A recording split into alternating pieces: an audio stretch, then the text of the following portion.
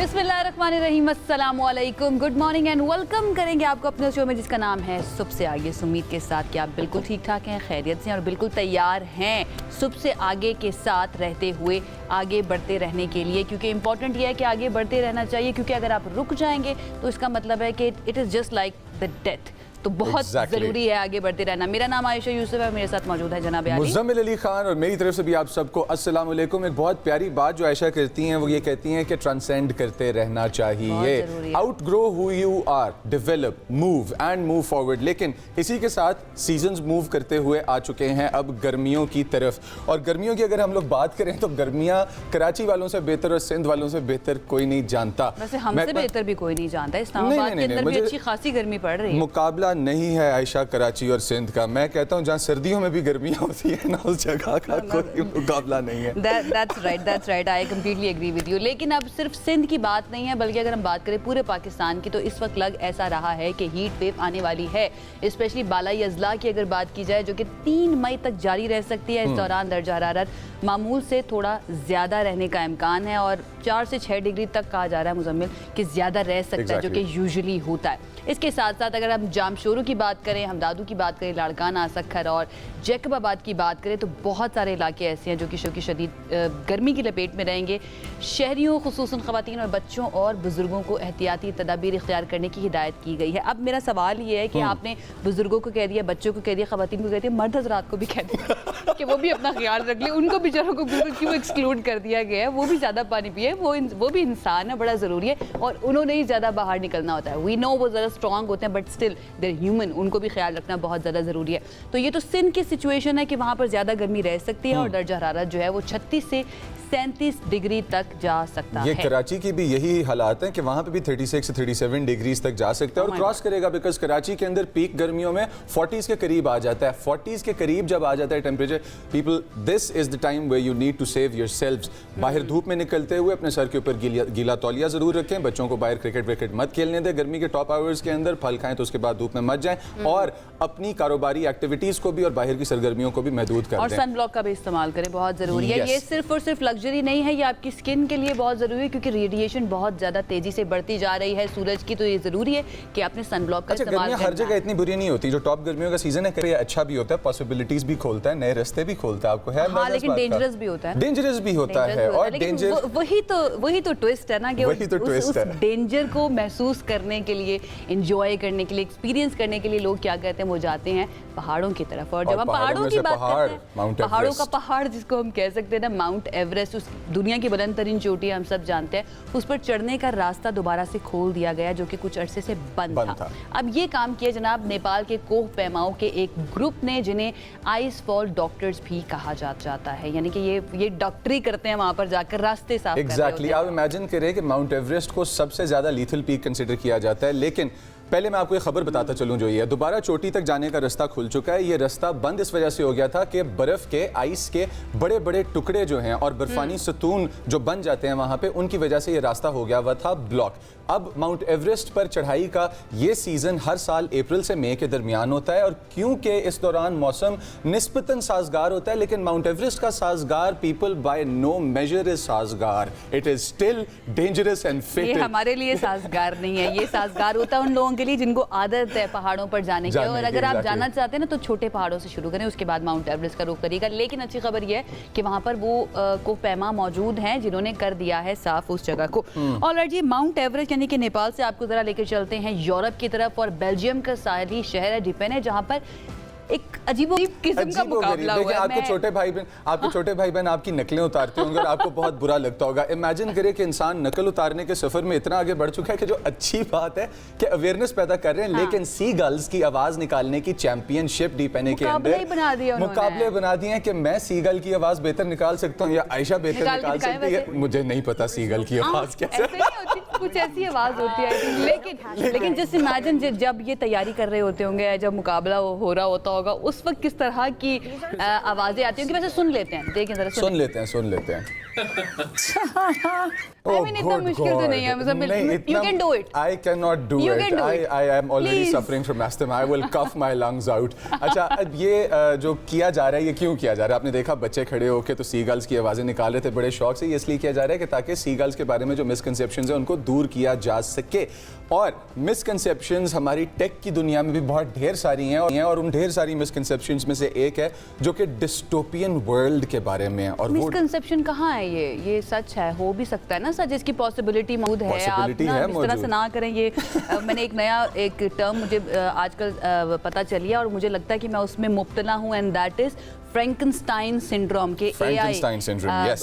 Artificial intelligence का खौफ और एंजाइटी जो है ना, उसमें मैं life where there is no life, मतलब आप अपनी क्रिएशन से Exactly. बहुत ज़्यादा होने लगे ना, इसको फ्रैंकनस्टाइन सिंड्रोम कहते हैं। बहरहाल अब हुआ ये जापान के अंदर कि टोक्यो का हनेडा एयरपोर्ट है जहाँ पर बहुत ही जल्द आपको रोबोट्स काम करते हुए नजर आएंगे। और रोबोट्स क्या करेंगे? वो जो भारी सामान होता है ना, या फिर जो लगेजेस होते हैं, हमारे यहाँ वो जिसको अमले के कुली साथ कहा जाता उठाएंगे। था, अब उस कुली का जो काम है वो लिया जा रहा है रोबोट से, और आपका सामान जहाज़ों से उतारा जाएगा, आपका सामान कन्वेयर बेल्ट्स पे डाला जाएगा और कैबिन्स की सफाई की जाएगी। और ये तमाम चीज़ें 2 साल के लिए इम्प्लीमेंट की जा रही है कि जिसके अंदर हमारे पास ये रोबोट्स जापान के इस स्पेसिफिक एयरपोर्ट के ऊपर काम करेंगे। एंड इमेजिन कि यहाँ पे लोग जो हैं वो आई थिंक इनसिक्योर अगर हो रहे हैं तो सही हो रहे हैं कि हमारी नौकरियाँ अच्छा चली देखिए, जाएंगी। ये कुछ हद तक ठीक भी है। मैं ये कहती हूँ कि रोबोट्स का इस हद तक अगर इस्तेमाल किया जाए कि आपका कीमती सामान चोरी ना हो, ज़ाया ना हो, टूट ना जाए, क्योंकि अक्सर ये शिकायत भी आ रही होती है ना मुसाफिरों की तरफ से जो एयर ट्रैवल करते हैं कि भाई हमारा सामान या तो गायब हो गया, या चोरी हो गया, या कहीं पर गुम गया है,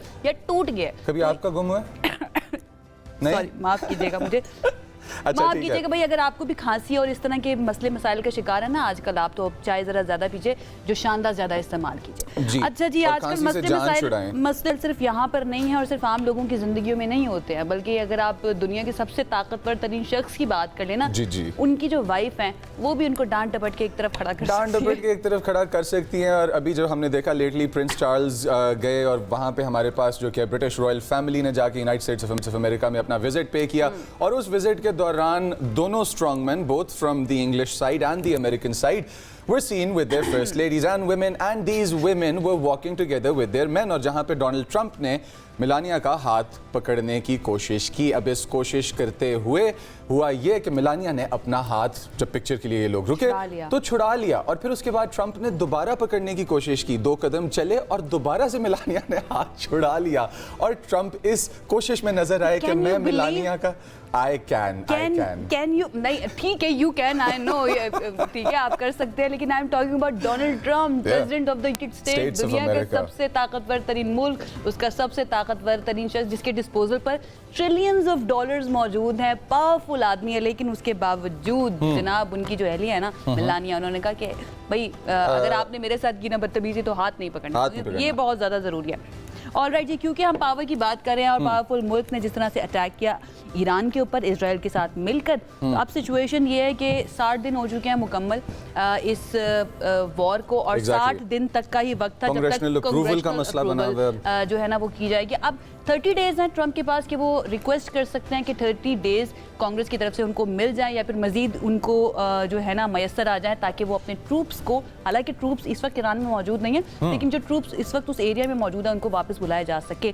लेकिन अभी तक ऐसी कोई अपडेट आई नहीं। ऐसी अभी तक कोई अपडेट आई नहीं है। हुआ यह कि ट्रूथ सोशल मीडिया के ऊपर तस्वीर शेयर की है सदर ट्रंप ने, जिसके अंदर इन्होंने ईरानी क़यादत से मुखातिब होते हुए एक बात उन्हें बताई है और बड़ा जोर दिया है इस चीज़ के ऊपर कि जल्द अज जल्द होश के नाखून ले लें। और इन्होंने मजीद लिखा है कि ईरान के हालात ठीक, ईरान जो है वो इन हालात को अपने अंदर के इंटरनल ठीक नहीं कर सकता अगर ये रिफ्ट पैदा करके रखेगा अमेरिका के साथ, और इस जंग को उनके मुताबिक कई मरतबा वो खुद भी जीत चुके हैं। मसला यहाँ पे कहाँ पे पेश आता है कि अभी रिसेंटली ना सिर्फ उन्होंने ये ट्वीट किया कि नो मोर, ट्रूथ सोशल पे शेयर किया कि नो मोर नाइस गाय, बल्कि एट द सेम टाइम उन्होंने एक और भी चीज़ कही है, and that is a storm is coming. एक तूफान है कि जो आ रहा है। अब ये तूफान वो किसको कह रहे हैं कि जिसको कोई नहीं रोक सकेगा, और नो मोर नाइस गाय किसको? उससे ज़्यादा इंपॉर्टेंट ये कि क्या अब हमें बहुत ज़्यादा सीरियस लेना चाहिए ईरान के इस मामले के ऊपर ट्रंप की तरफ से जिस तरह के बयानात आते रहे हैं, तो अब लग ऐसा रहा है कि शायद ईरान भी बहुत ज़्यादा सीरियस नहीं ले रहा होता। अब एक और डेवलपमेंट जो हुई है अमेरिका के अंदर वो ये कि कांग्रेस में पेंटागन को भी शदीद तनकीद का सामना करना पड़ा है। सख्त सवालात का सामना उनको करना पड़ा है। और पेंटागन के आला मालियाती ओहदेदार जो हैं उन्होंने बुध को कानून साजों को ये बताया कि ईरान के साथ जंग पर अब तक तकरीबन 25 अरब डॉलर खर्च किए जा चुके हैं, जो कि 60 दिनों के अंदर हुआ है। अब ऐवान नुमाइंदगान की आर्म्ड सर्विसेज कमेटी का इजलास भी हुआ, जिसमें अमरीकी वजीर जंग है पीट हेग्सेट, उनको ईरान जंग शुरू होने के बाद ट्रिलियन से ऊपर का फिगर मांगा था। पहली मर्तबा कानून साजों के सख्त सवालात का सामना करना पड़ा है और अब ऐसा लग रहा है कि आने वाले दिनों में मजीद हमें देखने को मिलेगा। इस सारी सिचुएशन के ऊपर मजीद जान लेते हैं। ट्रंप की तरफ से एक और अहम स्टेटमेंट जो है वो ये है कि ब्लॉकेड को मजीद एक्सटेंड किया जाएगा ताकि ईरान को मजबूर किया जाए कि वो एक अहम मुआहिदा कर ले। इन सारे मामलात के ऊपर ज़रा जान लेते हैं, बात कर लेते हैं, एनालिसिस ले लेते हैं। डॉक्टर जफर जसपाल साहब हमारे साथ मौजूद हैं, इंटरनेशनल अफेयर्स के एक्सपर्ट हैं। उनसे जानते हैं कि वो अब क्या सोच रहे हैं, किस तरह से देख रहे हैं इस वॉर को। Thank you so much doctor साहब हमें ज्वाइन करने के लिए। अस्सलाम वालेकुम। इस सिचुएशन में अब 60 दिन हो चुके हैं मुकम्मल, आप कहाँ पर देख रहे हैं स्टैंड करता है या क्या स्टेटस है इस कॉन्फ्लिक्ट का? देखिए, कॉन्फ्लिक्ट तो एक है और नेगोशिएशंस भी चल रही हैं बैकडोर में, मगर आप इसको डिप्लोमेटिक प्रोसेस को एक लिम्बो में भी कह सकते हैं, आ चुका है। और ट्रंप साहब धमकियों पे धमकियां दे रहे हैं और उनकी वो जो धमकी हैं उनका शायद ईरानियों पे उस तरह ईरान पे असर नहीं हो रहा जिस तरह वो एक्सपेक्ट कर रहे हैं या डिजायर कर रहे हैं। और आपने अभी शुरू में कहा कि एक तूफान आने की एक खतरा है, तो मैं यहाँ पे ऐड ये करना चाहूंगा कि इकोनॉमिक डोमेन में तूफान आ चुका है। पूरी दुनिया की जो इकोनॉमी है उसको डिस्टर्ब कर दिया गया है और इकोनॉमिक मेल्टडाउन जारी है। और उसकी वजह से जो इन्होंने ट्रंप साहब ने ब्लॉकेट किया हुआ है और उसके रिटेलिएशन में जो ईरान ने पहले ब्लॉकेट खोला था फिर वो कर दिया स्ट्रेट ऑफ हॉर्मुज़ का, उससे ट्रंप तो ये समझ रहे हैं कि वो ईरान को ब्लीड कर रहे हैं, उनकी इकोनॉमिक को डिस्टर्ब कर रहे हैं। ठीक है, उन पे वो स्ट्राइक कर रहे हैं क्योंकि उनकी जो काइनेटिक स्ट्रेटजी थी या मिलिट्री स्ट्रेटजीज को हम कह सकते हैं या डायरेक्ट वॉर स्ट्रेटजी वो फेल हो गई है। और अब उनकी जो दूसरी तरफ है जो स्ट्रेटजी है वो नॉन काइनेटिक उन्होंने अडॉप्ट किया, ब्लॉकेट की, तो नेचुरली उसका एक नेगेटिव इम्पैक्ट तो आ रहा है इकोनॉमीज पे, मगर उनके अलायंस पे भी इम्पैक्ट हो रहा है। अच्छा डॉक्टर साहब, एक क्वेश्चन बनता है यहाँ पे, ग्लोबल इकोनॉमी को अगर हम देखते हैं तो यहाँ पे क्वेश्चन बनते हैं और वो ये है कि हमें नजर आ रहा है कि जो यूरोप की साइड पे फ्यूल के शॉर्टेजेस क्रिएट हो रहे हैं और फिर ट्रिकल इफेक्ट जो इंडिया की तरफ आ रहा है, अभी वो तमाम इवन अमेरिका के अपने ऊपर भी आ रहा है। Donald Trump he should be in his seat very conscious about the problems that he is creating for the world, कि हमारे पास अगरचे वेस्टर्न वर्ल्ड बंद हो जाता है, यूरोप बंद हो जाता है, इंडिया बंद हो जाता है, तो हम लोग एक ग्लोबल लॉकडाउन देखेंगे कि जो मेरे ख्याल से इन डिसीजंस में से निकल के आ रहा है, और फिर इससे वापस आना पॉसिबल होगा या नहीं? देखिए, आपने बिल्कुल दुरुस्त फरमाया। हम लोग जब एनालिसिस करते हैं तो हम यही समझते हैं कि अमेरिका जो है वो लीडिंग पावर है, सुपर पावर है, मगर उसने वर्ल्ड को लीड भी करना है। और वर्ल्ड लीड करते हुए उसका ऑब्जेक्टिव होगा कि एटलीस्ट उसके अलायंस जो है वो सेफ एंड सिक्योर नजर आए, इकोनॉमिकली, सिक्योरिटी वाइज या मिलिट्रली। मगर इस वक्त तो ये नजर आ रहा है कि शायद वो डेलिबरेटली अपने अलायंस को भी ब्लीड कर रहा है, क्योंकि उन्होंने उसकी सपोर्ट नहीं की। आपने कहा यूरोप, आप देखें वो यूरोप और नेटो के बारे में क्या कहते हैं, जापान के बारे में क्या कहते हैं, और ईरान वॉर में उनको अरब मालिक ने भी उस तरह सपोर्ट नहीं किया जिस तरह वो ख्वाहिश कर रहे थे। तो शायद इस ब्लॉकेट पे अब बाकी दुनिया को सोचना पड़ेगा कि ट्रंप की या अमेरिकन का ये जो ब्लॉकेड है उससे हम सबको इस तरह की तकलीफ हो रही है कि हमारा आगे फ्यूचर, इकोनॉमिक फ्यूचर या प्रॉस्पेरिटी जो है वो एक बिल्कुल ब्लीक एरा में जा रही है। तो मेरा ख्याल है कि बाकी नेशंस को अब इस पर सोचना पड़ेगा और इस ब्लॉकेड को खत्म करना पड़ेगा। मैं यहाँ पे फिर ये कहूंगा कि अमेरिका एक पावर है और वो दुनिया को लीड करती है, मगर इस वक्त वो दुनिया को लीड करने के बजाय दुनिया को ब्लीड कर रही है। इस वजह से वो समझता है कि ये जो ईरान किसी भी कॉन्फ्लिक्ट के अंदर नजर आया करता था, माजी में भी देखिए और अभी भी एक्सपेक्ट कर रहे थे कि जो अमेरिका हो गया, नेटो ममालिक हो गए जिसके अंदर यूरोपीय ममालिक भी हैं, फिर ब्रिटेन भी शामिल है, उसका फ्यूचर आप किस तरह से देख रहे हैं? एंड एक और डेवलपमेंट जो हुई थी कि ट्रंप की तरफ से अब राब्ता किया जा रहा है दीगर ममालिक के साथ जो उनके इत्तेहादी ममालिक हैं कि स्ट्रेट ऑफ हुर्मुज़ के लिए कोई नया मुआहिदा तश्कील दिया जाए ताकि उसको प्रोटेक्ट किया जा सके। इसको आप कैसे देख रहे हैं? देखिए, पहले तो हमें क्लियर होना चाहिए जो नेटो का जो चार्टर है उसका आर्टिकल 5 जो है उसके तहत नेटो वहां ऑपरेट होता है जहां किसी मेंबर पे या पार्टी टू द नेटो पे अटैक होगा। ईरान ने तो अटैक नहीं किया, अमेरिका ने इसराइल के साथ मिलकर अटैक किया, तो नेटो उस हिसाब से अपने चार्टर के तहत नहीं इन्वॉल्व हो सकता। सही। दूसरा ये था कि जी कि ईरान ने जब बेसिस पे हमला किया अरब ममालिक की, तो उस पे भी उन्होंने कहा कि हम तो जो ये अमेरिकन बेसिस है उन पे हमला कर रहे हैं, तो हम आपकी सॉवरेनिटी को चैलेंज नहीं कर रहे, क्योंकि आपने तो जिसकी जहाँ बेस होती है वहां उसका झंडा लहराता है तो वो उसकी सॉवरेनिटी में आता है। हम तो ईरानी बेसिस पे कर रहे हैं, मगर अरब ममालिक ने रिएक्ट नहीं किया। तो इस वक्त जो अलायंस को वो जब कॉल करते हैं तो उनको, मेरा जो अपना एनालिसिस है, वो कोई भी अलाय जो इसको आप कह सकते हैं यूनाइटेड स्टेट्स का, वो उसको सीरियस नहीं लेते। वो समझते हैं कि ये इसकी वही मेगा वाली पॉलिसी है, अमेरिका फर्स्ट वाली है और नो वन एल्स। और बाकी देखिए, अमेरिका फर्स्ट या डॉक्टर साहब आपकी बात बिल्कुल दुरुस्त है। अलावा इंडिया के और इजराइल के, जिसके बेहेस्ट पे इजराइल के बेहेस्ट पे जो कि आके जंग अमेरिका ने अपने मोल ली, और डोनाल्ड ट्रंप को इसी बात की वजह से ऑब्जेक्शंस भी सुनने को मिली, और इंडिया ने ईरानी शिप को एक अदर जो एक्सरसाइज से वापस आ रही थी उसको अटैक करवाया। अलावा इनके फ्रांस बैकआउट कर गया, नेटो ने इस तरह से एक्टिवली स्टेप इन नहीं किया। अब बड़ी खतरनाक बात जो आपने कही है वो ये कही है कि अमेरिका ये प्रेशर ईरान पे नहीं डाल रहा, अमेरिका बदला ले रहा है टिट फॉर टैट बाकी दुनिया से। जस्ट टू बी क्लियर, आप ये कह रहे हैं? मैं बिल्कुल, मैंने कहा कि अब नजर ये आ रहा है कि ईरान को पे तो वो प्रेशर डाल रहा है, उसको तो ब्लीड करना चाहता है, मगर साथ पूरी दुनिया को ब्लीड कर रहा है, पूरी दुनिया की इकोनॉमी को मेल्ट डाउन कर रहा है। और जो अभी आपने इंडिया का देखे, इसराइल का तो ग्रेटर इसराइल ये है और उसने एक्शन लिया अमेरिका से मिलके। इंडिया का भी अखंड भारत है, ग्रेटर इंडिया की बात करता है, वो अपने आप को कहता है मैं नेट सिक्योरिटी प्रोवाइडर हूँ इंडियन ओशन में, और मैं हर मुल्क पे चढ़ दौड़ता हूँ, साउथ एशिया में मेरे सामने खड़ा नहीं होता। तो आप पाकिस्तान ने उसकी जो मई में 4 दिन के जंग में उसको इस तरह नॉकआउट किया कि वो अमेरिका के पास रोता हुआ गया कि मुझे हमारी सुलह कराएं या जंग रुकवाएं। अब जो मर्जी मोदी साहब कहते रहे, इंडिया इस वक्त आइसोलेशन का शिकार है, और इंडिया के अंदर जो मूवमेंट चल रही हैं वही उसके लिए काफी है। तो इंडिया का तो रोल को आप माइनस कर दें, वो हमें चाहूंगी इस पे आप कमेंट कर दीजिए और बता दीजिए कि ये जो अब अमेरिका ने ब्लॉकेड किया है और फिर ट्रंप ने ये इरादा जाहिर किया है कि इस ब्लॉकेड को एक्सटेंड भी किया जा सकता है ईरान पर प्रेशर डालने के लिए, इससे अरब ममालिक अब क्या इफेक्ट नहीं हो रहे जिस तरह से ईरान के ब्लॉकेड से इफेक्ट हो रहे थे?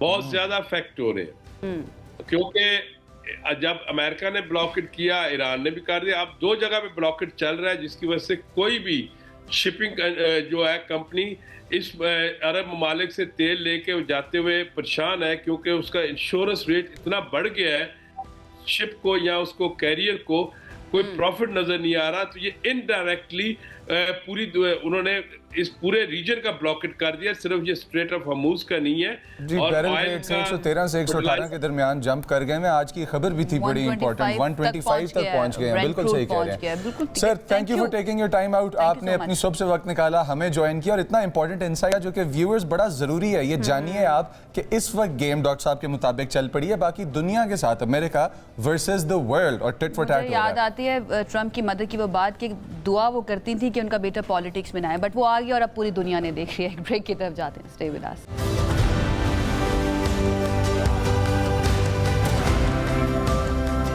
ब्रेक के बाद आपको खुशामदीद कहते हैं। इस कॉन्फ्लिक्ट का जब जिक्र आता है तो इससे जुड़े और भी बहुत सारे मामलात हैं, स्पेशली जो डायरेक्टली अफेक्ट करते हैं हमारी यानी कि एक नॉर्मल पाकिस्तानी की जिंदगी को।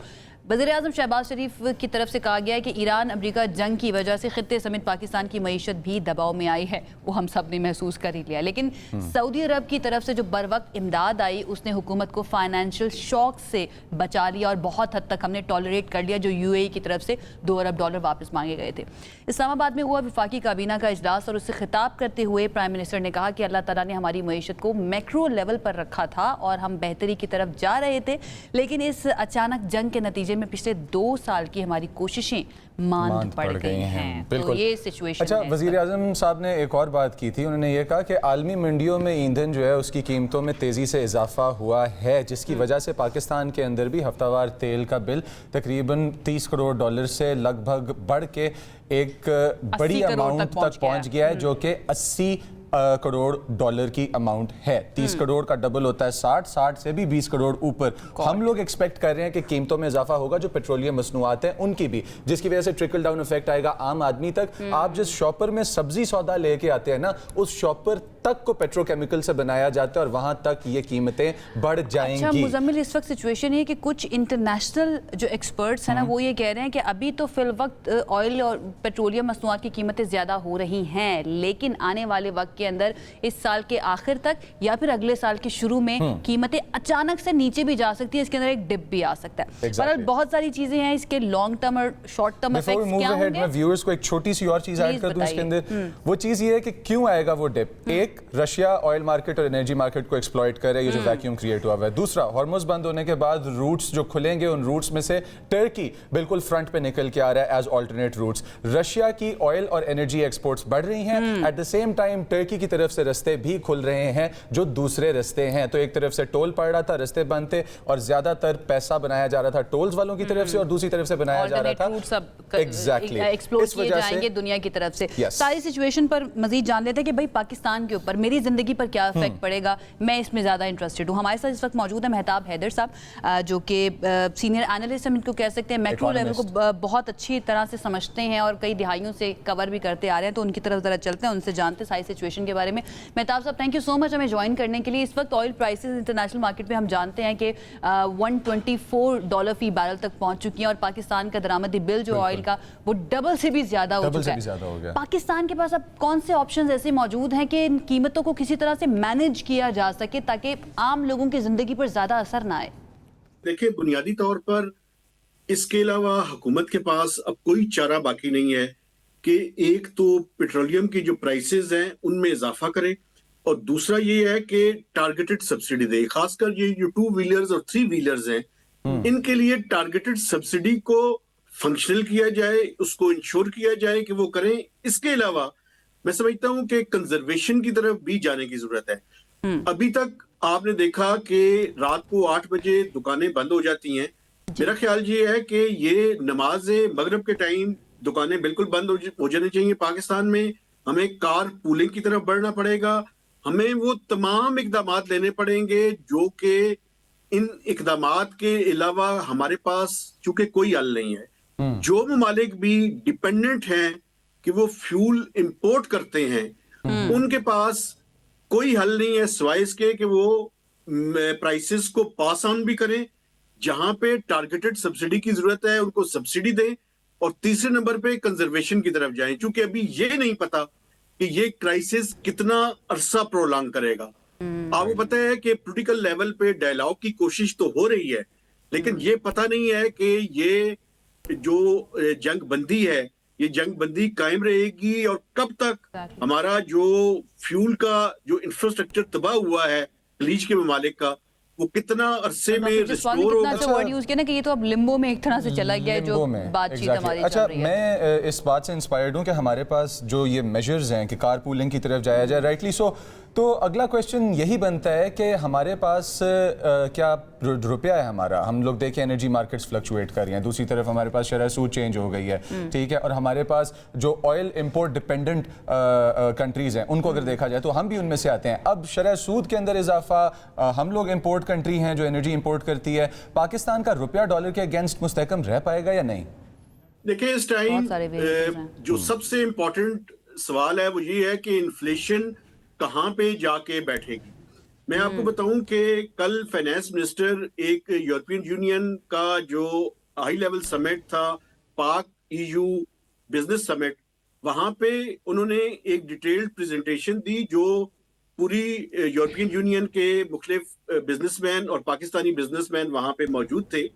वहां पे उन्होंने यही बात की कि हम सिनेरियो मॉडलिंग कर रहे हैं, चूंकि उसके नतीजे में जो सेकंड राउंड और थर्ड राउंड ऑफ इफेक्ट है इस वॉर का, उसका जायजा लेना जरूरी है। तो अभी तक स्टेट बैंक ऑफ पाकिस्तान ने जो मॉनेटरी पॉलिसी स्टेटमेंट में बताया है कि 6 माह से ज्यादा अरसे तक जो इन्फ्लेशन है ये बढ़ोतरी की तरफ वो देख रहे हैं।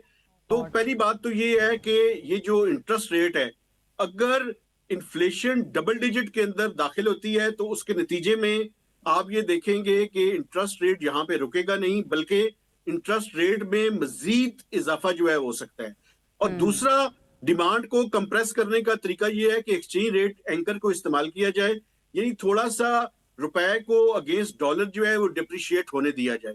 हुकूमत ने अभी तक रुपए को स्टेबलाइज रखा है, लेकिन अगर मैक्रो इकोनॉमिक फंडामेंटल्स हिलते हैं, इसमें जीडीपी ग्रोथ का हिलना और इन्फ्लेशन का बढ़ना शामिल है, उसके नतीजे में एक्सचेंज रेट के ऊपर भी प्रेशर आएगा और इसके साथ साथ जो इंटरेस्ट रेट है ये 11.5% से मजीद भी ऊपर जा सकता है। हालांकि पाकिस्तानी बिजनेसमैन ये बड़ी ज्यादा शद्दोमत से इसकी मुखालफत कर रहे हैं और कह रहे हैं कि बजाय इसके कि तवक्को ये थी कि इस दफा जो पॉलिसी रेट है उसको बरकरार रखा जाएगा, लेकिन स्टेट बैंक ऑफ पाकिस्तान ने ये मुनासिब समझा कि इसको जो है वो 100 बेसिस पॉइंट्स का इन्होंने इजाफा बड़ी कर अच्छी दिया बात जाए। की है यहाँ पे कि आप अगरचे वो इकोनॉमिक मेजर्स लेते हैं कि जो इकोनॉमिक मेजर्स प्रूडेंट हैं तो वो डिफिकल्ट होंगे इम्प्लीमेंट करवाना। डिफिकल्ट तो होंगे, लेकिन कुछ ना कोई मेजर्स लेने तो पड़ेंगे गवर्नमेंट को, क्योंकि ये जो टॉक्स हैं ये तो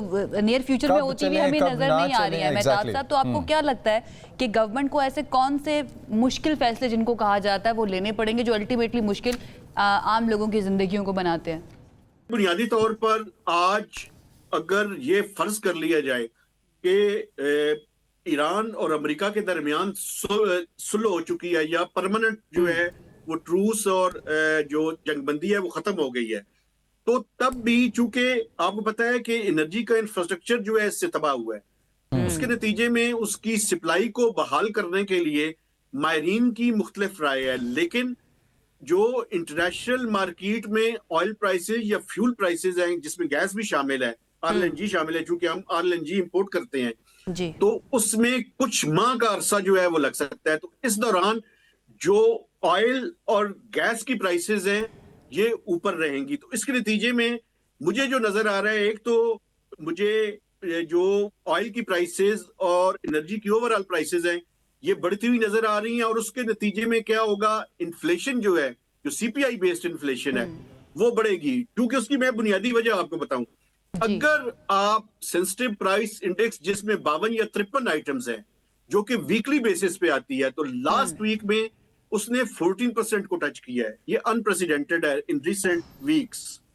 तो इसके नतीजे में नजर ये आ रहा है कि सीपीआई बेस्ड इन्फ्लेशन भी, मिनिस्ट्री ऑफ फाइनेंस की प्रोजेक्शन थी कि ये 7.5% रहेगी, लेकिन ये मंथ ऑन मंथ बेसिस पे ये डबल डिजिट के अंदर दाखिल हो जाएगी। ठीक है, तो ये अगर डबल डिजिट के अंदर ये दाखिल होगी तो उसके नतीजे में इंटरेस्ट रेट बढ़ेंगे। और मुझे ये नजर आ रहा है कि पाकिस्तान में सिर्फ फ्यूल की प्राइसेस नहीं बढ़ेंगी, बल्कि बिजली की कीमत में भी इजाफा हो सकता है और गैस की कीमतों में भी इजाफा हो सकता है। बिल्कुल दुरुस्त और फरमाया के पास क्या हाल है? आपने, फ्यूल की कीमत में भी इजाफा हो सकता है और बिजली की कीमत में भी इजाफा हो सकता है। कल हमारे पास नई कीमतें आने का इम्कान है जी। एवरी 15 डेज आपको पता है कि कीमतें रिवाइज की जाती हैं, या तो बढ़ती हैं या कम होती हैं। अभी कम होने का तो कोई चांस नहीं है, बढ़ने का ही चांस नजर आ रहा है। और मेरी इत्तलात के मुताबिक ये जो ऑयल प्राइसेस है ना, ये खुदा न खास्ता अल्लाह ना करे 500 को भी टच कर सकती हैं। अब सिचुएशन ये है कि जब भी इकोनॉमी का सेगमेंट आता है ना, तो मैं ना एक तरह से डरना शुरू हो जाती हूँ कि पता नहीं अब क्या क्या हमारी ज़िंदगी के अंदर तब्दील होने वाला है। बहरहाल दिस इज़ द रियलिटी, इसको जीना पड़ेगा और हम आपके सामने ये रियलिटी लाकर रखते रहेंगे ताकि आप तैयार रहें जो भी आपके रास्ते में आ रहा है उसको बर्दाश्त करने के लिए। एक ब्रेक की तरफ हम जाते हैं, ब्रेक से वापस आएंगे तो मजीद सेगमेंट्स हैं हमारे पास, थोड़ा सा आपका ध्यान बटाने की कोशिश करेंगे। Stay with us.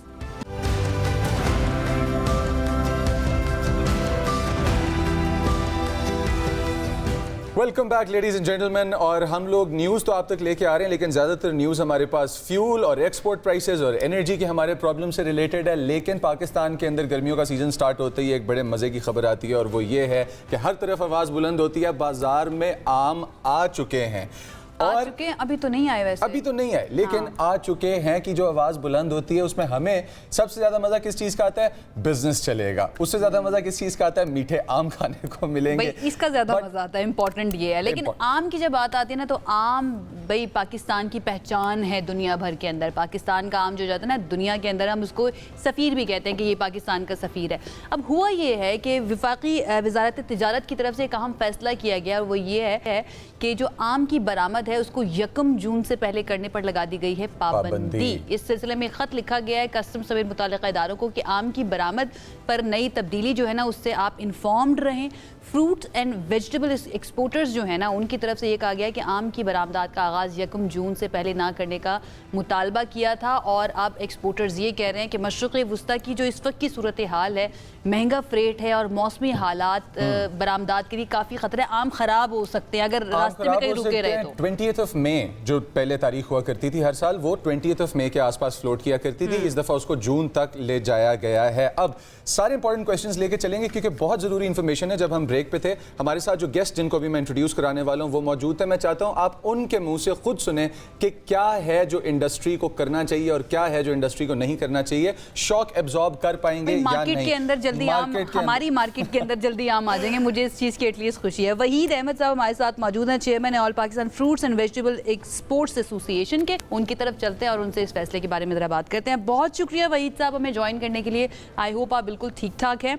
ये फैसला ठीक लग रहा है आपको, ये जो वजारत तिजारत की तरफ से किया गया? जी अस्सलाम वालेकुम जी। जी हाँ जी, जो एक्चुअली ये all Pakistan food exporter association ने ही लेटर लिखा था मिनिस्ट्री ऑफ कॉमर्स को कि हमारी जो ऑफिशियल डेट 20th मई है, मगर हमने लास्ट ईयर भी डेट को चेंज करा के 25th मई कराई थी। इस साल हमने 1 जून कराई थी। उसका मकसद क्या 1 जून कराने का? क्योंकि सिंध के अंदर, खैर पूरे पाकिस्तान की मैं बात करूं, अगर सिंध की इसलिए क्यों सिंध की इसलिए मैं कर रहा हूं कि जो मैंगो का सीजन स्टार्ट होता है सिंध से होता है, क्योंकि क्लाइमेट चेंज की वजह से जो सर्दियां देर तक रही और गर्मियां जस्ट अभी लाइक अ वीक स्टार्ट हुई है, और आम को गर्मी जो है एंड ऑफ मार्च से शुरू होती है, मगर अनफॉर्चुनेटली इस साल जो है एटलीस्ट 15 दिन आगे चला गया है। इसलिए मैंगो मैच्योर नहीं होता, उसका एरोमा नहीं आता, उसका ब्रिक्स मतलब के ब्रिक्स माने कि उसका जो मिठास है वो पूरी नहीं होती, तो इसलिए मैंगो मैच्योर नहीं होता, इसलिए हम एक्सपोर्ट नहीं करते। क्योंकि अगर हम एक्सपोर्ट करें, जिस तरह अभी आबी ने इंट्रोडक्शन में कहा है कि आम जो है सफ़ीर है, क्योंकि हम इसको एम्बेसडर समझते हैं अपने मैंगो को एज अ ब्रांड पाकिस्तान का, तो जब मार्केट में जाएगा तो लोग खाएंगे तो फिर कंज्यूमर बोलेंगे इसमें तो टेस्ट ही नहीं है। जब वो टेस्ट नहीं है तो फिर कंज्यूमर 15 से 20 दिन तक जो है ना मैंगो को हाथ भी नहीं लगाएगा, और फिर मार्केट पे इम्पैक्ट पड़ता है डिक्लाइन का। तो हम अपना जो है मैंगो का परसेप्शन ऐसा नहीं चाहते इंटरनेशनल मार्केट में, क्योंकि आम ऐसी चीज है जिससे पाकिस्तान हम अपने मैंगो की रेपुटेशन के ऊपर कोई रिस्क बर्दाश्त नहीं करना चाहते। बिल्कुल ठीक है, फैसला किया गया। अच्छा वही साहब, अब ये जो डेट की तब्दीली है, क्या इससे बिजनेस के ऊपर भी इफेक्ट पड़ेगा? बिजनेस कम या ज्यादा होने के भी चांसेस हैं इससे? देखिए जी, बिजनेस कम ज्यादा का कोई ऐसा इम्पैक्ट नहीं है। हमारी तो कोशिश हमेशा है कि जब सीजन 10 दिन आगे चला गया तो कोई ऐसा बड़ा कोई इम्पैक्ट नहीं है कि वो डिक्लाइन होगा। मगर जो चैलेंजेस है ना, देखें 2 चैलेंज है। एक तो हमारे मुल्क के अंदर अपना चैलेंजेस हैं, इसलिए मैं 2 की बात कर रहा हूँ। एक इंटरनेशनली चैलेंजेस। सबसे नंबर 1 जो पाकिस्तान का चैलेंजेस है वो क्लाइमेट चेंज, ग्लोबल वार्मिंग जो हो रही है पूरी दुनिया के अंदर, मगर दुनिया जो है ना इसके ऊपर काम कर रही है, R&D करी, रिसर्च करी कि किस तरीके से जो गर्मियाँ और सर्दियां जो इम्पैक्ट आना शुरू हो गया उस पर कैसे हैंडल करें। मगर पाकिस्तान में एग्रीकल्चर में खासकर इसके ऊपर कोई काम नहीं हो रहा। अगर हो भी रहा है तो दिख नहीं रहा और बहुत कम हो रहा है, क्योंकि हम रोज के कामों में पड़ जाते हैं, इसलिए कि हमारी चीजें ज्यादा एडॉक बेसिस पे चलती है। हमारे मुल्क में कोई लॉन्ग टर्म प्लानिंग नहीं है। पाकिस्तान में एटलीस्ट 10 साल शॉर्ट मीडियम लॉन्ग चीज जो मैंने आपसे पूछी अभी ऑफ एयर जब थे, एक चीज मैंने आपसे पूछी और ऑन एयर भी आपसे पूछना चाहता हूँ कि हमारे पास जो आम उगाने वाला है, जो हमारे पास किसान है, जो आम आदमी है, जो बागात के ओनर्स हैं, उनको वायरसेस, बीमारियों और सीजन्स के बारे में कितना एजुकेट किया जाता है? 1 और Part 2 of this question is जो 50 लाख टन का फिगर कोट किया जा रहा है, is that export only or is that the total production of mangoes के जो पाकिस्तान के अंदर प्रोड्यूस होंगी इस साल? देखिए जी, मैं आपके आखिरी सवाल से शुरू होता हूँ कि हमारी जो टोटल प्रोडक्शन है पाकिस्तान की, इसलिए कि टोटल की मैं बात कर रहा हूँ, जो अभी होगी इस साल की वो एक अलग बात है।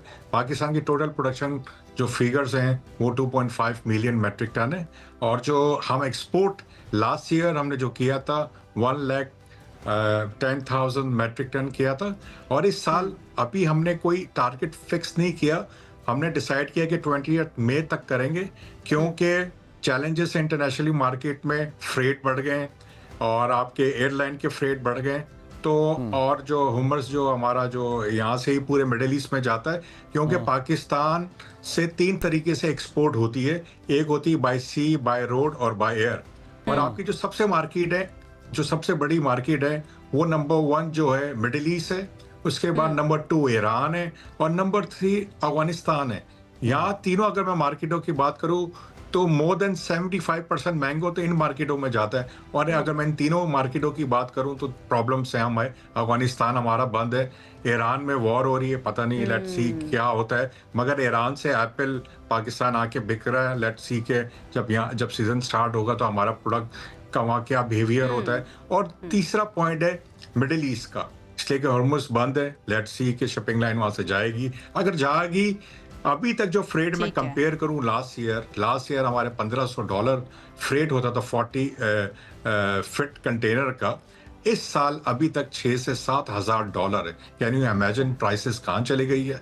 तो ये सब चीजें रख के हमें टारगेट फिक्स करना पड़ेगा कि हम समझते हैं कि पिछले साल से ये डिक्लाइन डेफिनेटली होगी। ठीक है, लॉन्ग टर्म प्लानिंग करनी पड़ेगी, आपके कहने का मतलब ये। और सबसे अच्छी बात और सबसे सच्ची बात जो मुझे आपकी लगी है कि पाकिस्तान में सब कुछ एड हॉक बेसिस पर होता है, लॉन्ग टर्म प्लानिंग कोई नहीं की जाती। इसी वजह से ना वो हमें हर तरफ फायर फाइटिंग नजर आ रही होती है। लेकिन बहुत शुक्रिया आपका वहीद साहब हमें ज्वाइन करने के लिए और इतने इंपॉर्टेंट सब्जेक्ट के ऊपर जो पाकिस्तानी बहुत सीरियस लेते हैं उसके ऊपर अपना एनालिसिस देने के लिए। Thank you so much. एक ब्रेक की तरफ हमें जाना है जनाब, ब्रेक से वापस आएंगे तो कुछ मजीद बात करेंगे। Stay with us.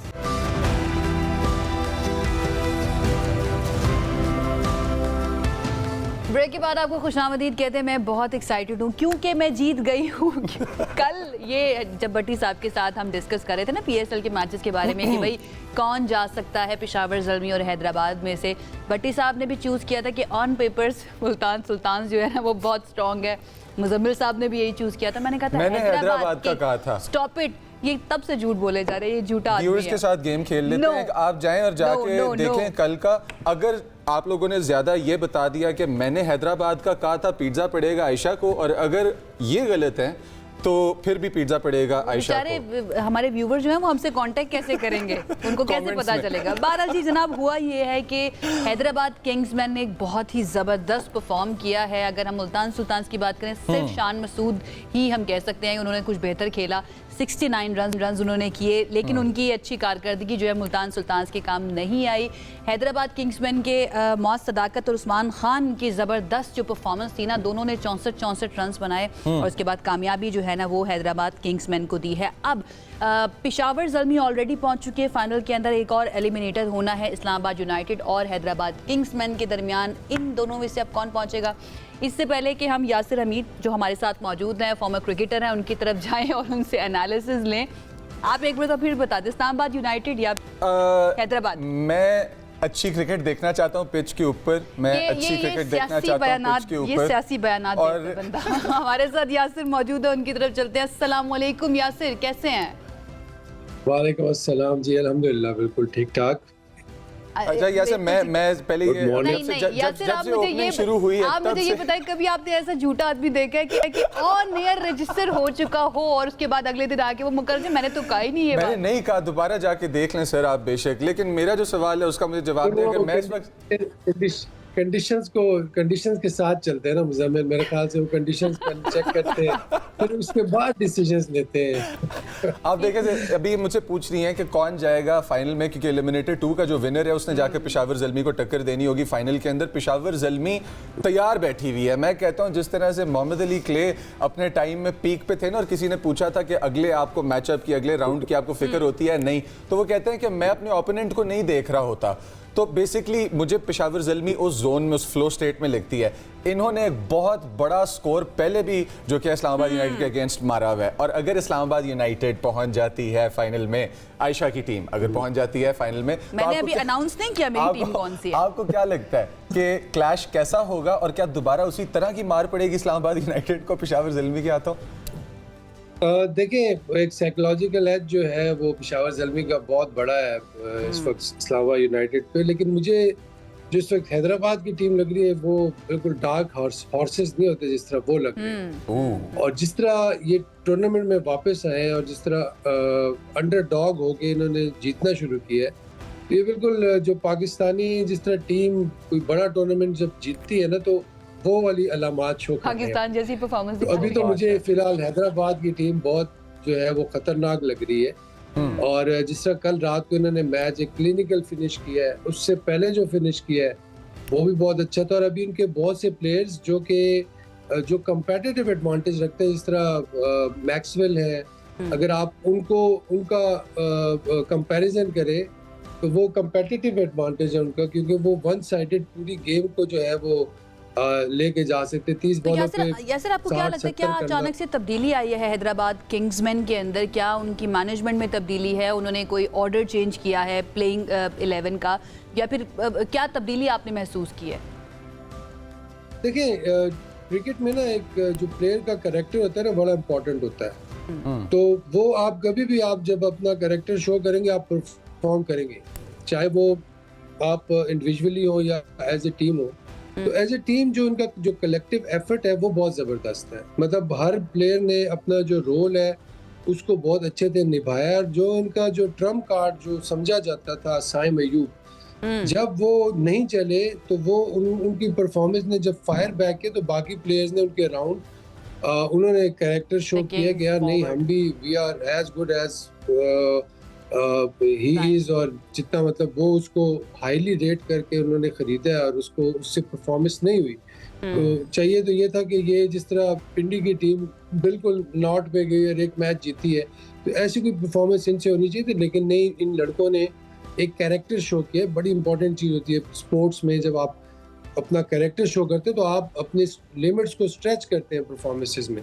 तो मैं समझता हूँ कि हैदराबाद की टीम ने कैरेक्टर शो किया है कि जो ऑनर है उनको मैं पर्सनली बहुत पहले से जानता हूँ कि इज अ क्रिकेट पैशनेट। और उनके अंदर जो एक मेरे ख्याल से उनकी जो अपनी नीयत है वो सामने आ रही है। नीयत उनकी सामने ज़रूर आ रही है, लेकिन इस टाइम पे क्योंकि फाइनल के करीब पहुंच के क्राउड को भी इजाज़त मिली है, एनक्लोजर टिकट शुक्र अल्लाह का बिकने शुरू हो गए हैं और अब फाइनली अवाम बैठ के क्रिकेट सामने देख सकती है। फिजिकल एक नई जान लग रहा है ना, नई जान लग रही है। बात करने में भी अब मज़ा आ रहा है पीएसएल के बारे में। मुझे ये बताएं कि इस्लामाबाद यूनाइटेड को हमने देखा कि पहला जब इनका क्लैश पड़ा पेशावर ज़ल्मी के साथ, तो जो बैट्समैन थे उन्होंने थोड़ी सी ग्रिट शो की थी, लेकिन वो अलग बात है कि ज़ल्मी ने 200 से ऊपर जो कि है वो स्कोर किया था और फिर इनका 151 के इर्द गिर्द का था। आपको लग रहा है कि हम लोग ये मैचअप जो नेक्स्ट एलिमिनेटर 2 है, इसमें हम लोग Islamabad United versus Hyderabad Kingsman जो कि होने लगा है, इसमें हम लोग इस्लामाबाद यूनाइटेड को क्वालिफाई होता हुआ देख रहे हैं फाइनल के लिए? एंड इफ सो, अगर हम लोग देखते हैं कि इस्लामाबाद कर जाता है, तो ज़ल्मी के साथ पहला एक्सपीरियंस जो है उसमें से कोई लेसन सीख के आए हैं ये लोग? ये तो पता चले। देखिए अभी मैं नहीं कह सकता कि इस्लामाबाद कर जाता है। मैंने आपको हैदराबाद की बात बताई। देखिए टॉस बड़ा इंपॉर्टेंट है इस पूरे टूर्नामेंट में। अगर आप देखें तो टॉस का एक बहुत बड़ा रोल है कि जो टीमें पहले बॉलिंग कर रही है उनके लिए टारगेट एक सेट हो जाता है, उसके बाद उसको अचीव करना आसान है। एक तो टॉस जो है, जो टीम जीतेगी मेरे ख्याल से 50% मैच वो जीत जाएगी। एलिमिनेटर है, नॉकआउट गेम है, उसमें प्रेशर ज़्यादा होता है। हमने पेशावर ज़ल्मी किया और जो इस्लामाबाद का मैच देखा, उसमें भी बाबर आजम की जो इंडिविजुअल ब्रिलियंस है, अगर वो आप निकाल लें तो ज़ल्मी की बाकी टीम ने कुछ इतना कोई ख़ास उनकी परफॉर्मेंस नहीं है। बट स्टिल अगर बाबर ना भी करता तो वो लोग 170-80 कर सकते थे। उस पे भी हम नहीं कह सकते का एडवांटेज किसको है फाइनल में? लाहौर की पिच का advantage out of these two teams and the type of lineup that they have, specifically top orders for both Peshawar Zalmi and Islamabad United. बाद में आते हैं हैदराबाद की टीम की तरफ, बाद में आते हैं जिसको मैं भी सपोर्ट कर रहा हूँ, यू नो, आपके रिव्यू के बाद। बोलते हैं बंदा। जी यासिर, देखिए पेशावर ज़ल्मी की टीम, बिल्कुल आपने जो शुरू इंट्रो में बात की है मोहम्मद अली वाली, मैं बिल्कुल उससे एग्री करता हूँ। क्योंकि Babar Azam is a player, वो जिस टीम में भी होगा अगर वो इस तरह परफॉर्म कर रहे हैं तो मेरे ख्याल से वो कोई भी टाइटल जीतने का की अहलियत रखती है। और पेशावर ज़ल्मी की टीम बाकी ओवरऑल भी देखा जाए उनके साथ हारिस हैं, बड़ा अच्छा सपोर्टिंग हैंड देते हैं। और फिर जो उनकी बॉलिंग है, सुफियान मुकीम का बॉल अच्छा गिर रहा है। अभी नाहिद राना ने वापस आना है। नाहिद राना मेरे ख्याल से ही इज द वन जिन्होंने ये टोन सेट की है पेशावर ज़ल्मी की बॉलिंग की, और ये जो अभी परफॉर्म कर रहे हैं, क्योंकि देखें T20 में अगर आपके पास विकेट टेकिंग बॉलर आ जाए और भगाने वाला बॉलर आ जाए जो बैट्समैनों को भगा भी रहा है, विकेट्स भी ले रहा है, एनालिसिस भी उसके अच्छे है, मेरे ख्याल से उसके आने से एक बहुत बड़ा इनको अच्छा, boost इस्लामाबाद मिलेगा। यूनाइटेड आगे की जब क्रिकेट हम में बात करें यासिर, तो इस्लामाबाद यूनाइटेड की ऐसी कौन सी कमजोरियां हैं जिनको एक्सप्लॉइट कर सकता है हैदराबाद किंग्समैन फाइनल में पहुंचने के लिए, जो आपने नोट की हो वो ज़रा शेयर कीजिए। हो सकता है हैदराबाद किंग्समैन का कोई प्लेयर देख रहा हो इस वक्त? देखिए, एक तो टारगेट अगर ये चेंज कर रही है इस्लामाबाद यूनाइटेड तो बड़ी अनप्रिडिक्टेबल सी है, क्योंकि अभी इनकी जो बैटिंग है, Sameer Minaj is a very talented player, लेकिन अभी उनमें वो मैच्योरिटी नहीं है कि वो गेम को फिनिश कर सके। क्या पता वो सुन रहे हो अगले मैच को फिनिश ही कर दें, ये क्रिकेट में you never know, but Yasir ने मुझे कहा था फिनिश करना है जी। क्योंकि पिछले मैच में अगर आप देखें समीर मिनाज की विकेट जैसे ही आई है हाँ। और पेशावर ज़ल्मी उसके बाद जैसे ही उन्होंने ग्रिप पकड़ी है तो उन्होंने आखिर तक उनको पकड़ लिया। उसके बाद कोई ऐसा बैट्समैन मुझे नजर नहीं आया कि जो गेम फिनिश कर सकता है। हैदर अली पे मुझे है, लेकिन हैदर अली भी बहुत जल्दी करते हैं, बहुत ज्यादा शॉट्स खेलते हैं, और वो मतलब छक्कों पे ही जा रहे होते हैं, उनको गेम फिनिश नहीं कर पा रहे। शादाब खान एक ऐसे प्लेयर हैं कि जो गेम को फिनिश कर सकते हैं, और वो अगर उनकी टीम उनकी विकेट निकाल लेती है तो मेरे ख्याल से उसके बाद उनकी बैटिंग में मुझे वो डेप्थ नजर नहीं आती। वेराज हैदराबाद को अगर आप देखें तो हैदराबाद के जो हसन खान है, अगर आप फिनिशेस की बात करते हैं तो ही इज द वन के वो एक डार्क हॉर्स हैं और वो क्लिनिकल फिनिशेस कर रहे हैं। तो वो एक मेरे ख्याल से वो उनके पास भी वो एक्स फैक्टर है हसन खान की सूरत में, ग्लेन मैक्सवेल की सूरत में। वेराज मुझे इस्लामाबाद की टीम उनके पास एक एडवांटेज है, उनको बड़ा मैच खेलने का एक एक्सपीरियंस है जो वो ज्यादा है। उसके अलावा your team pick one please, एक टीम पिक कीजिए एलिमिनेटर 2 में, इस्लामाबाद यूनाइटेड या फिर हैदराबाद। आपकी टीम कौन सी है? हैदराबाद की। हैदराबाद आपकी, आप बताएं। हैदराबाद, मेरी पहले भी हैदराबाद की। आप याद रखिएगा नाज़रीन, मेरी पहले भी हैदराबाद थी आयशा। मेरी भी हैदराबाद ही है कि आई विश, मेरी ख्वाहिश है कि हैदराबाद को जाना चाहिए फाइनल। इस्लामाबाद यूनाइटेड है, आयशा की इस्लामाबाद यूनाइटेड है। जी यासिर, आपको आवाज आ रही है? लास्ट कमेंट कर ले। अच्छा चलें यासिर, अब हमें नहीं सुन पा रहे हैं। Thank you so much Yasir, हमें ज्वाइन करने के लिए, बड़ा मजा आया आपसे बात करके। जनाब देखना यह है कि कौन सी टीम जाती है, बट अगेन भट्टी साहब वाली बात मुझे याद आती है कि भाई एक नई टीम को जब फाइनल में जाना चाहिए, ज्यादा मजा आएगा। तो लेट्स होप कि जो अच्छी क्रिकेट खेले वो जीते, हैदराबाद जीते। एक ब्रेक की तरफ जाते हैं, stay with us. This segment is brought to you by AKD Securities Limited. Money matters में बात करते हैं कि पाकिस्तान स्टॉक एक्सचेंज में मंदी थी, और मंदी के बाद अब सूरत हाल ये है कि मामूली पॉइंट्स जो है ना उसका इजाफा हो, जिसके बाद थोड़ी सी बेहतरी देखी जा रही है, लेकिन अनसर्टेनिटी इस वक्त भी बरकरार है और उसकी रीज़न बहुत सारी हैं। सबसे इंपॉर्टेंट तो हम सब जानते हैं कि ईरान अमेरिका मुज़ाकरात में इस वक्त भी डेडलॉक है। आलमी मंडी के अंदर तेल की कीमतें जो है ना वो इस वक्त बहुत ज़्यादा शूट कर चुकी हैं, और स्टेट बैंक की तरफ से शरह सूद में इजाफा किया गया है, जिसकी वजह से सरमायाकार इस वक्त तज़ब्ज़ुब का शिकार हैं कि उनको इन्वेस्ट करना चाहिए, अपनी इन्वेस्टमेंट को रोकना चाहिए, या फिर अपनी इन्वेस्टमेंट को निकाल लेना चाहिए। इस सारी सूरत हाल पर बात कर लेते हैं। शुएब मेमन साहब हमारे साथ मौजूद हैं, वाइस प्रेसिडेंट हैं इक्विटीज एंड बिजनेस डेवलपमेंट एकेडी से। अस्सलाम वालेकुम सर। और सबसे पहले इस कंडीशन के अंदर एक आम आदमी, आम इन्वेस्टर किस तरह संभालेगा अपनी इन्वेस्टमेंट को? Let's start. देखिए, सिर्फ ऑयल प्राइस बढ़ी है इंटरनेशनली और उसका इम्पैक्ट है क्योंकि शार्पली बढ़ी है कल भी और आज भी। और जैसा कि हमने पिछले प्रोग्राम्स में डिस्कस किया था कि अगर ऑयल प्राइस बढ़ती है तो उसका इम्पैक्ट जो है इकोनॉमी पे आएगा, और उसका इम्पैक्ट जो है फिर ऑफ कोर्स स्टॉक मार्केट पे आएगा।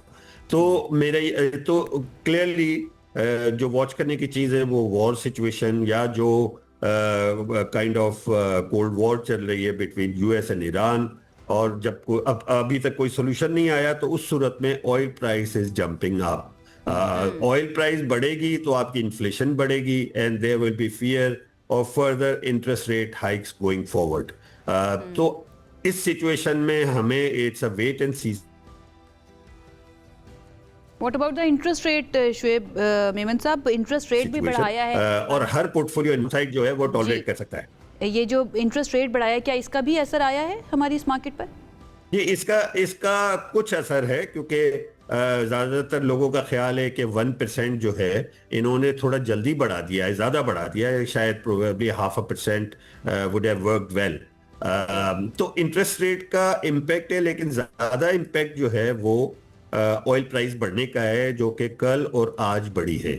और अब जो है ब्रेंट ऑयल प्राइस का शोएब साहब डेफिनेटली इफेक्ट है, ट्रेड कर रहा है जी। वो 124 120s वाले फिगर में 123 से 124 के बीच में फ्लक्चुएट कर रहा है। हमारे पास इस टाइम पे जो इन्वेस्टर का कॉन्फिडेंस था मार्केट में, वो इस डेडलॉक की वजह से और इस लिम्बो सिचुएशन की वजह से जो है थोड़ा सा हमें नजर आ रहा है मुतासिर हुआ है। ये बताते चलें कि ये जो बिहेवियरल पैटर्न है ये हमें शॉर्ट पोजीशंस की तरफ नजर आएगा, कॉन्फिडेंस बिल्ड होता हुआ कि लोग जाके वो चीज़ें खरीद रहे हैं कि जो एक पेसिमिस्ट का ओपिनियन होगा, या हम लोग एक ऑप्टिमिस्टिक फ्लो देख सकते हैं आने वाले दिनों में? जी देखिए, मैं एक एग्जांपल देता हूं और फिर उसके बाद आपका जवाब दूंगा। 2008 में आप देखें कि ऑयल प्राइस कोई $145 हो गई थी जून में, और उसके साथ साथ जो है सेंट्रल बैंक ने फौरन से इंटरेस्ट रेट्स बढ़ाने का इरादा किया। आज जो है with in next 6 month interest हमारे यहाँ है कि बढ़ाना पड़ता है। तो उस सूरत में, लेकिन अगले 6 महीने में ऑयल प्राइस क्रैश कर गई और दिसंबर में $144 हो गई। कहने का मतलब ये जो ऑयल प्राइस है ये एक मेन फैक्टर है, और किसी वक्त अगर इनका सोल्यूशन हो गया तो ये दोबारा $100 से नीचे चली।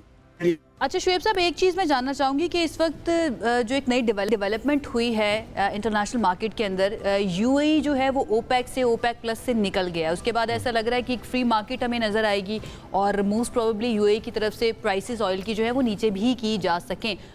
कुछ एक्सपर्ट्स कह रहे हैं कि आगे आने वाले दिनों के अंदर, not in the near future, distant future के अंदर हमें ऑयल प्राइसेस काफ़ी नीचे जाती हुई नज़र आएंगी। क्या आपको भी ऐसा लगता है और उसका असर आपको मार्केट के ऊपर नज़र आएगा? जी बिल्कुल, बात यह है कि सिर्फ ओपेक की बात तो ठीक है कि वो निकल गए, और लेकिन अभी तक स्ट्रेट ऑफ हॉर्मज से कोई बहुत बड़ी सप्लाईज ऑयल की नहीं जा रही है। और उस सूरत में अगर ऑयल वेल्स का ये होता है कि अगर आप एक्सट्रैक्शन नहीं कर रहे हैं प्रॉपर, तो फिर वो वहां से प्रोडक्शन जो है वो रुक जाती है, और उस सूरत में जो है वो फिर उन्हें रीवर्क करना पड़ता है, उसमें टाइम लगता है। तो कहने का मतलब ये है कि साथ में यूएई ने जो डिसीजन लिया उसका एडिड फर्क पड़ा है, बट इसमें स्ट्रेट ऑफ हॉर्मज का क्लोजर का भी इम्पैक्ट है, और दोनों ओपेक का फैसला जो भी यूएई ने कर लिया वो तो कर लिया है, लेकिन अगर सीज फायर जो हो गया है और स्ट्रेट ऑफ हॉर्मज अगर खुल जाता है, एग्रीमेंट हो जाता है बिटवीन यूएस एंड ईरान, तो फिर oil prices definitely are likely to come down, नीचे आएंगे। And if that happens and they do come down, तो ये हमारी मार्केट में किस तरह ट्रांसलेट होगा और कब? डेफिनेटली फिर that would be a big positive for the market. And आपने देखा कि इसीलिए मार्केट गिर नहीं रही थी, मार्केट अभी भी वेट कर रही है कि कोई एग्रीमेंट इनके दरमियान हो जाए, क्योंकि टॉक्स मुसलसल चल रहे हैं, पाकिस्तान मीडिएट कर रहा है और अभी तक उम्मीद है, लेकिन जाहिर है उस दौरान अगर ऑयल प्राइस और बढ़ जाती है तो कॉन्फिडेंस शटर होता है, तो कई लोग ये सोचते हैं कि ठीक है जी हम फिलहाल साइड पे हो जाएं फिर इसको देखेंगे।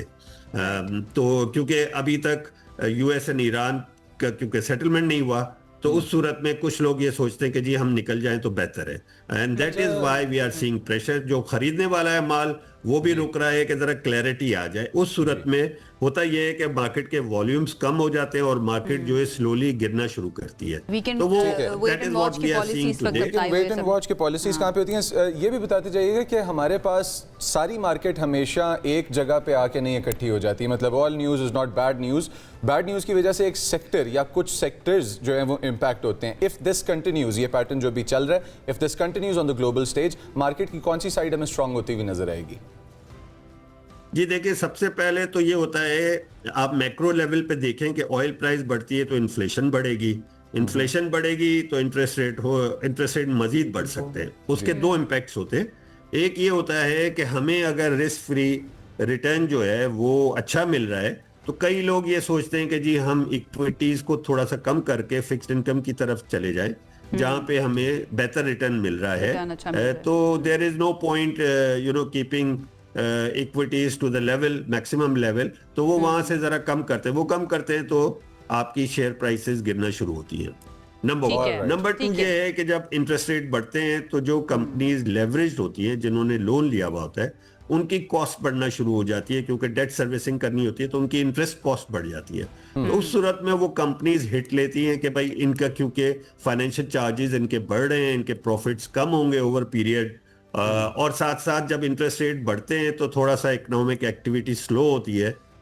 उस सूरत में फिर वो कंपनी जो लेवरेज्ड हैं उनके ऊपर फर्क आता है। All right, thank you so much Shoaib Memon साहब हमें ज्वाइन करने के लिए और सारी सिचुएशन हमारे जो इंटरेस्ट हैं, हमारे जो व्यूवर्स हैं उनके सामने रखने के लिए। इसके साथ ही वक्त हो चुका है ख़त्म हमारे इस शो का। इंशाल्लाह आपसे करेंगे दोबारा मुलाकात कल। तब तक के लिए अपना बहुत ख्याल रखिए। इस वक्त दुनिया में क्या चल रहा है उस पर नज़र रखिए। अगर आप इन्वेस्टर हैं तो स्पेशली ऑयल प्राइसेस के ऊपर, क्योंकि वो सबसे ज़्यादा इफेक्ट कर रही है हमारी and stock think about dealing your equities with the knowledge of the market. ये जो लास्ट पार्ट था इनके आंसर का, इसके अंदर आने वाले फ्यूचर के अंदर अगर ये लिम्बो लिंगर कर जाता है तो अल्लाह आपके लिए ना पैसा करे। कमाने के अच्छे ऑप्शंस भी पड़े हुए हैं। विद दिस आयशा यूसुफ को, मुज़म्मिल अली खान को इजाजत दीजिए। अल्लाह हाफिज। हर चीज़ में कैपिटलाइज करना। अल्लाह। This segment is brought to you by AKD Securities Limited.